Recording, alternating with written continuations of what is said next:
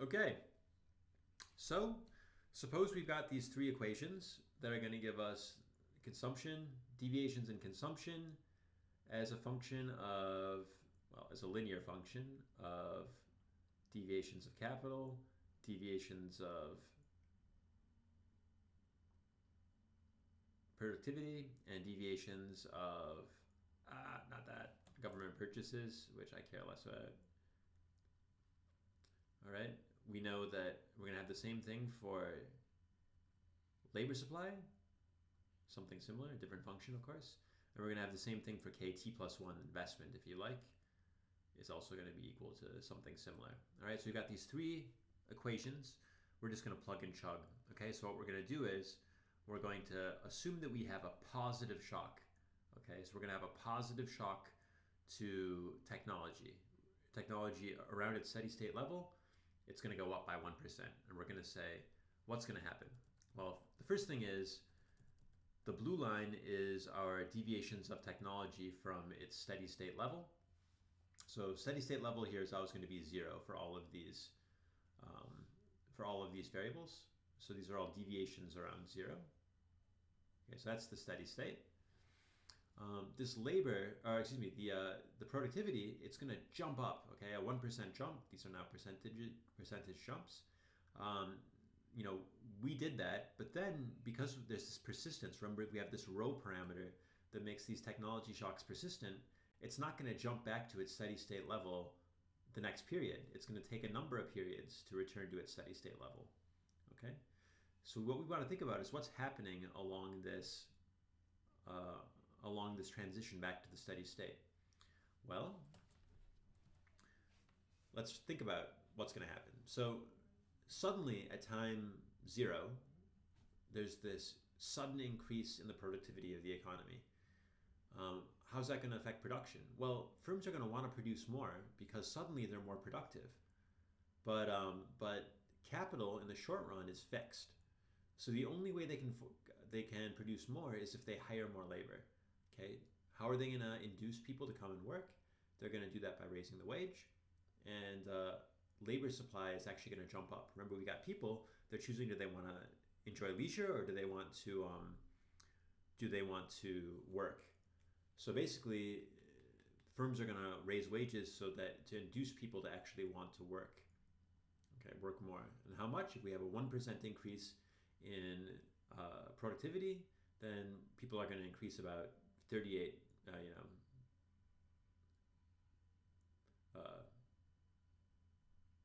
what's the right way to say this? They're going to increase 0.38%. The labor supply is going to increase 0.38%. Okay, that's going to happen, and then you can see over time this labor supply is going to kind of die a little bit.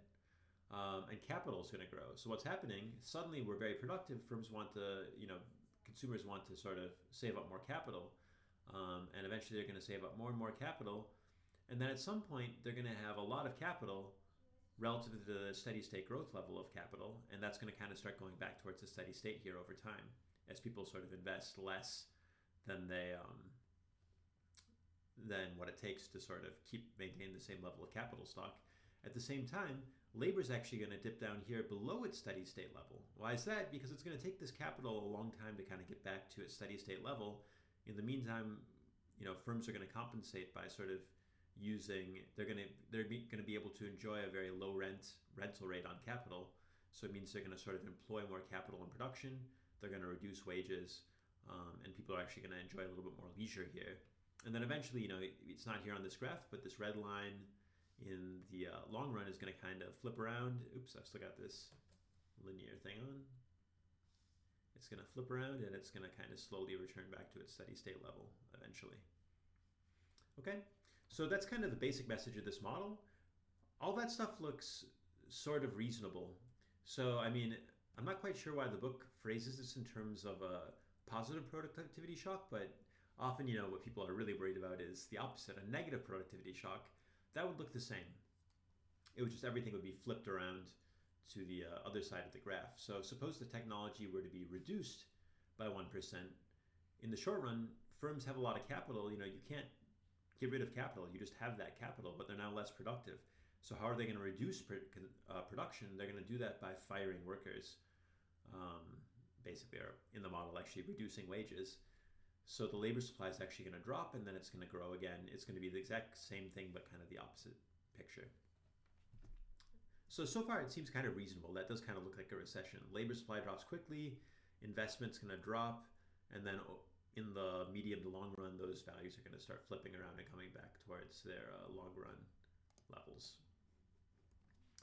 All right, what about consumption and output? Well, if there's a 1% increase in productivity, then you won't be surprised that there's going to be an almost 1%, slightly less than 1% jump up in production. Why is it less than 1%? Well, the firms can't immediately adjust. They have to sort of have not quite optimal, they don't get the optimal mix of labor and capital immediately. It takes time for them to sort of adjust the capital stocks. So production doesn't jump up by 1%, it only jumps up by 0.9. And what about consumption? Consumption is going to follow an interesting path. It's going to immediately jump up, right? So this is the increase on arrival of this shock. So there's going to be 0.38%, the same as the labor, increase in production. And then as capital stocks get built up, people are going to consume more and more, but then of course eventually it's going to flip around and they're going to go back here towards the steady state level of consumption. What about wages? Well, like I mentioned earlier, wages are going to jump up immediately. Also, interest rate's going to jump up. Both wages and interest rate are jumping up because we're going to induce investment. And then also, in the short run, we need people to come and work. So those things are going to jump up and then slowly fall back to their steady state levels. Government shock, I have it on a slide here, very similar. Let's see here, we have capital and labor. Interestingly, so while we're looking at a positive productivity shock, here a government shock appears to be a negative shock. Oh wait, no, my bad.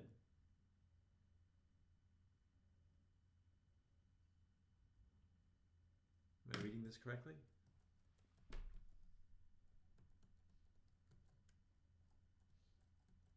No, this is also a positive shock. So I guess a positive shock in this sense means, right, of course. So the government starts suddenly demanding more goods, right? So what happens if the government's demanding more goods? Then it means that, of course, people have to work more to pay their taxes. So wages go up as firms need to produce more in order to satisfy the government's demands. But then capital stocks go down. Why do capital stocks go down? Well, remember that if we think about our equation for capital, it looks something like this. KT plus 1 is equal to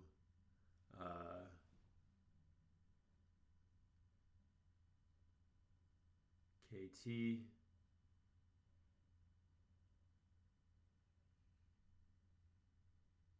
I'm going to screw it up.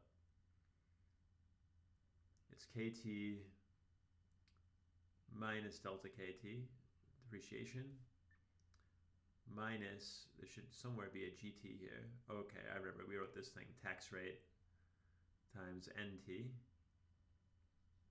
all right, plus the amount that we invest, which is 1 plus R times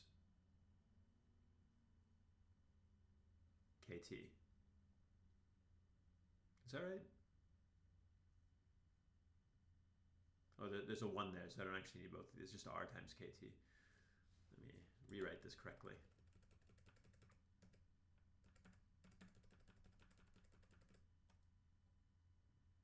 So it's 1 plus RT times KT. And then there's no depreciation because depreciation is built into here. Is that right? All right, I'm just going to confuse myself. So rather than write it here, let's go back and check.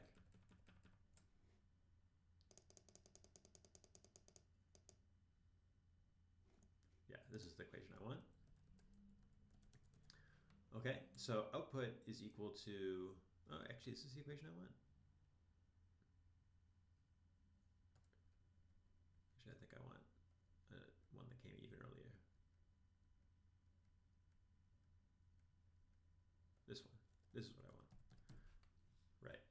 Okay, so our KT plus 1 is equal to this expression. So it's output minus consumption minus government purchases, that's the important part, plus KT that I came with minus depreciation of KT. This is the expression we're looking at. So here you can see that if government is consuming more, then that's going to sort of decrease the amount of capital in the economy. It's kind of a result. It's not necessarily true, but I mean, you can see that that's the way this is working here.